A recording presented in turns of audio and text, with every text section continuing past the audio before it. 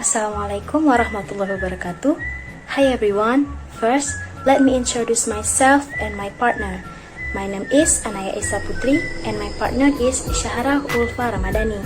We would like to say thank you for your attention. Okay, in this presentation, we will discuss and present about permanent tissue. Before we get to know more about permanent tissue, it would be nice to get to know what is the tissue. Tissue are groups of cells that work together to do a job and function in the body plan. They are a group of cells having the same origin, structure, and function. Tissue is different from organ in plant because if organ is groups of the tissues, the tissue is divided into two groups, meristematic and non-meristematic tissue. Permanent tissue are composed of cells that have lost the power of dividing. Permanent tissue would mean tissue that are already present and those that do not divide.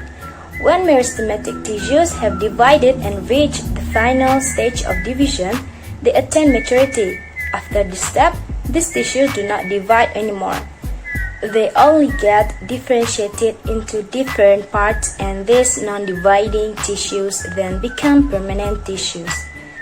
When they finally mature and divide no more, they become permanent tissue. The function of permanent tissue is for preparation of food or nutrition. There are mainly two types of permanent tissues. They are simple tissues and complex tissues.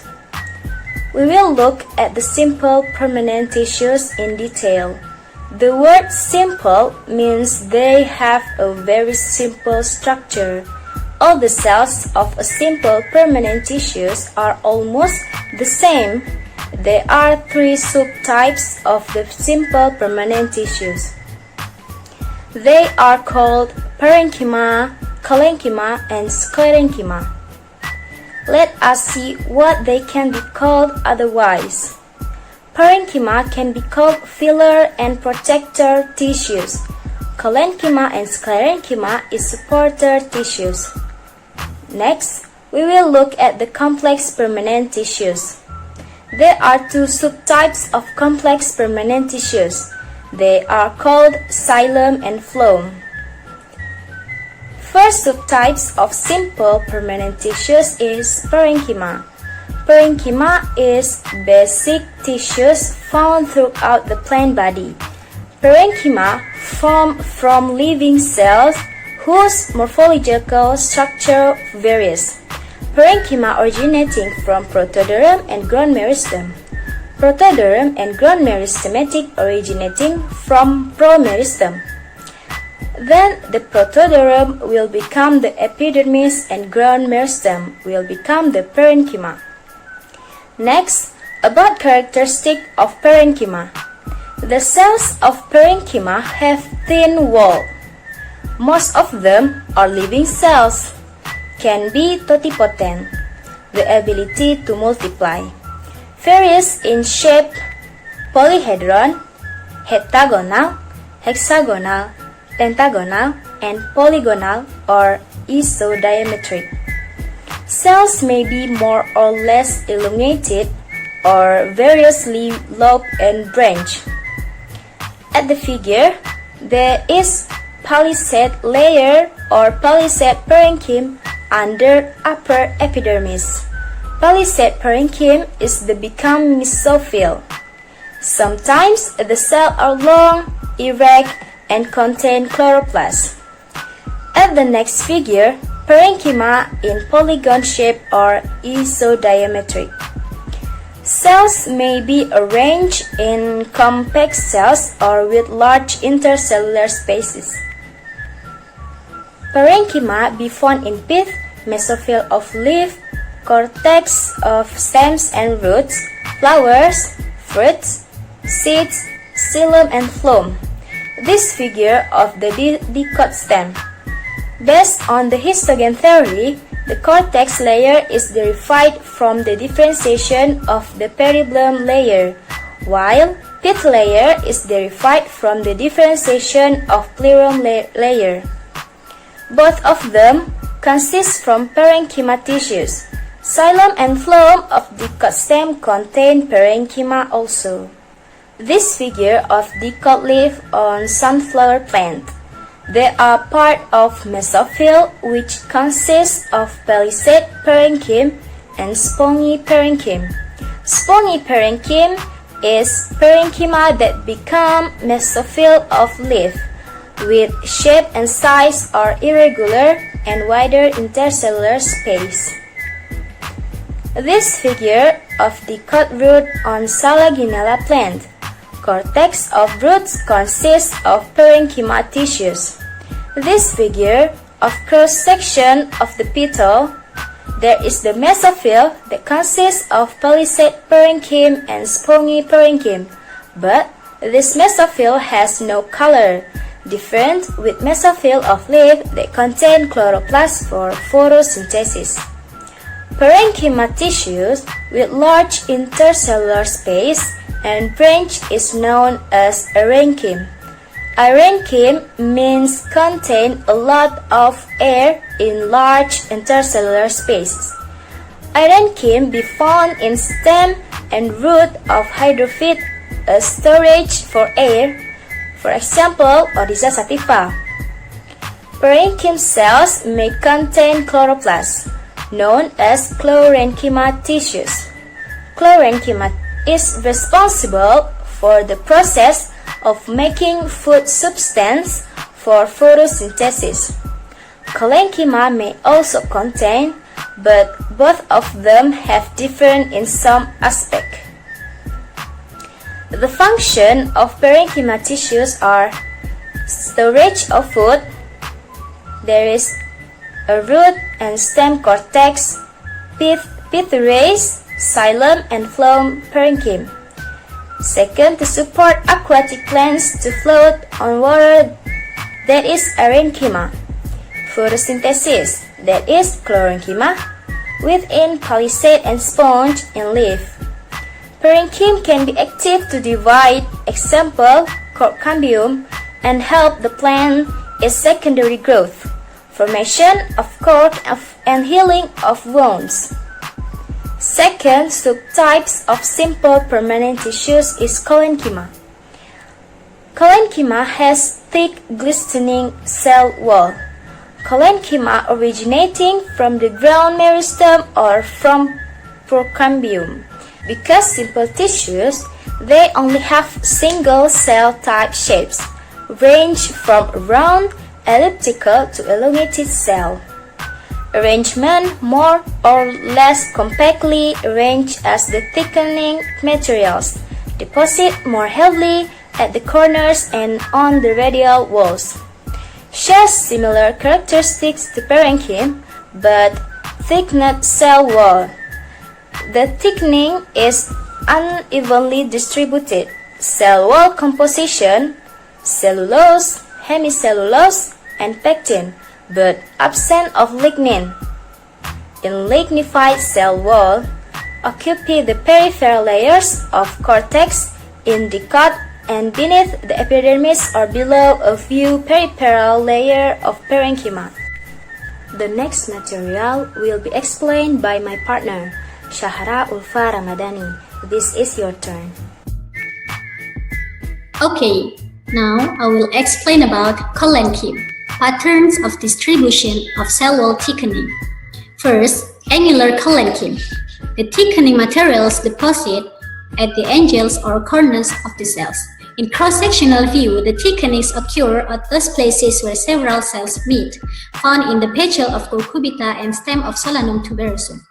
It means, in angular cholenchyma, the thickening or the cell wall thickening is in the angles of or the corners of the cells. Second, lamellar or plate cholenchyma. The thickenings at tangential cell wall, which are found in cortex of stem of Sambucus nigra and petal of Cochlearia armoracea. Here, we can see tangential wall. What is tangential cell wall means? In terms of parenchyma, cholenchyma, and sclerenchyma, the tangential walls means oriented parallel to the surface of the structure. Third, lacunar or tubular collenchyme. The thickening materials deposit at cell walls which are in direct contact with intercellular spaces. Example, petals of Salvia, Malva, Asteraceae, etc. It means in lacunar or tubular collenchyme, the thickening or the cell wall thickening is in the intercellular spaces. And the last is annular collenchyme, which is defined by Duchesne 1955 as it possesses circular cell lumen in transversal section. Annular collenchyme cells are the rarest of the types and have been observed at the leaves of carrot plants. They are characterized by evenly thickened cell walls and are believed to be purely for support and structure in all directions, with no one side of the wall being thicker. Okay, you can see at this picture. This picture is tell about the distribution of collenchyme, crosshatch, and vascular tissues in various plant parts. Transverse section of each.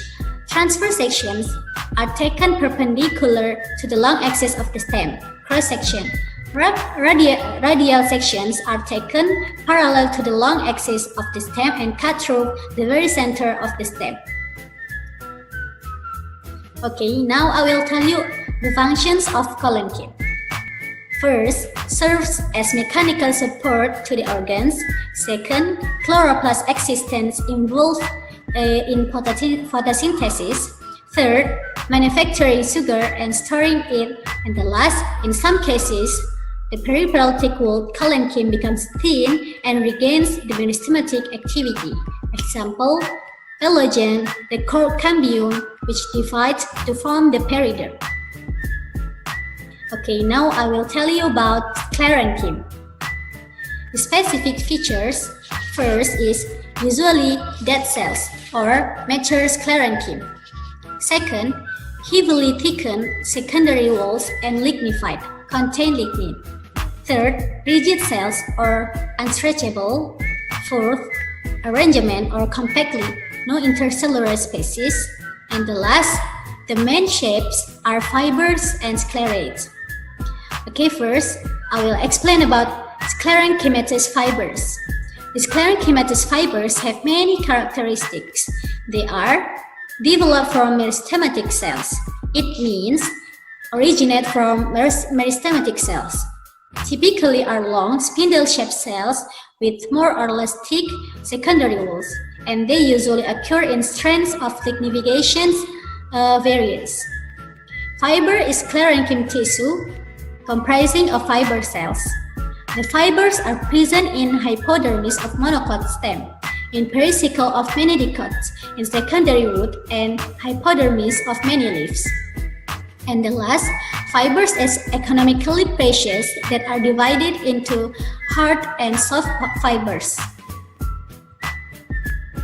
Okay, in this slide, we can see at the picture. This is the picture of the fiber.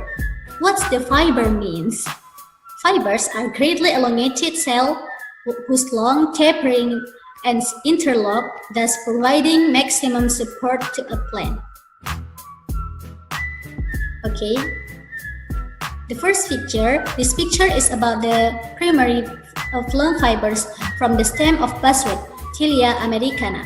Seen in here both point A is transverse, and point B is longitudinal views, the secondary walls of this long. Thick-walled fibers contain relatively inconspicuous pits. Only a portion can be seen in point B. Okay, this picture is about the ciliary fiber or xylem fiber. Xylem fiber is any of the fibers made up of dead sclerenchyme cells in between the xylem vessels and tracheids of the xylem tissue, and chiefly provide mechanical support. Okay, now look at this picture. Point A is tracheids and point B is fiber tracheids, and point C is libriform fiber in the secondary xylem or wood of a red oak tree, Quercus rubra. The spot appearance of the cells is due to pits in the cell wall, and pits is not discernible to point C. This picture is about the extraciliary fiber or phloem fiber. These fibers occur in the cortex, pit, and in association with phloem as phloem or bas fiber. This picture is about the transverse section of stem of Linum usitavicinum, showing position of primary phloem fibers. Okay, next I will tell you about stone cells or sclerates. The stone cells or sclerates have many characteristics. First, they are lignified, extremely thickly. Second, they are generally found in hard parts of the plants, example, endocarp of walnut and coconut. Third, the shape can be isodiametric, irregular form, and ramified. Fourth, the cell can be single in a plant tissue or in group in certain tissue of plants. 5. In most plants, sclerate is idioblast, that a distinct cell possessing distinct size, structure, and wall thickness among the other cells. And the last, in magnoliophyte, the cells is found in most of organs. Okay, first picture is about the sclerates or stone cells from fresh tissue of pear or Pyrus communis fruit. The secondary walls contain conpicous simple pits with many branches, known as ramiform pits. During formation of the clusters of stone cell in the flesh of the pear fruit, cell divisions occur concentrically around some of the sclerates form ear layer.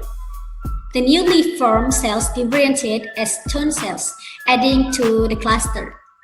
And the second picture is about branch sclerate from a leaf of the water lily, Nymphaea odorata, as seen in polarized light. Numerous small angular crystals are embedded in the wall of this sclerae. Okay, the types of sclerates. Sclerates have many of types.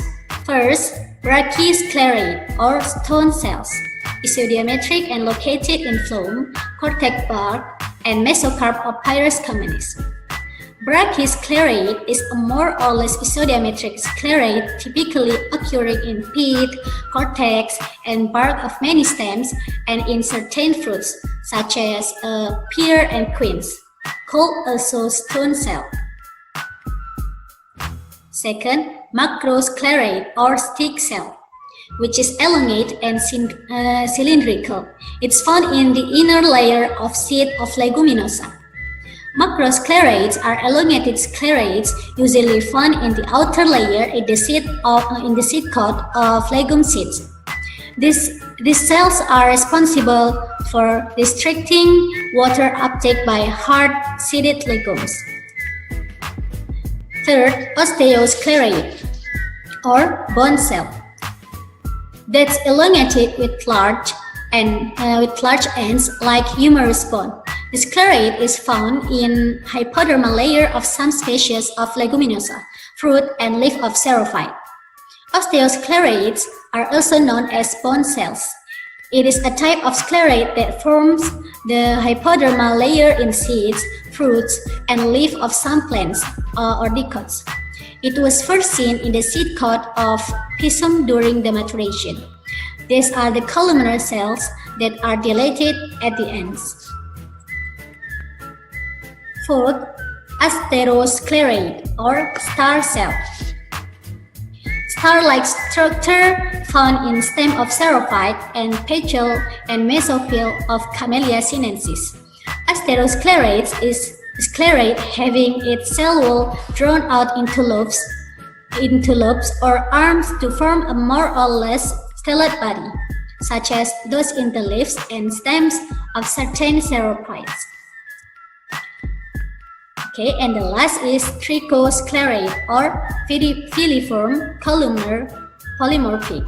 That's long branch sclerate with pointed ends buried in intercellular spaces. It's found in hydrophytes that are floating organ of Eichhornia crassipes, root of Nymphaceae, and petioles of Pistia. The definition of trichosclerated self is a long, slender, hair-like sclerate. Okay, I think enough for our presentation. Thanks for watching. If you have any question, you can put it in comment column. Don't forget to like, comment, and subscribe. See you in the next video. Wassalamualaikum warahmatullahi wabarakatuh.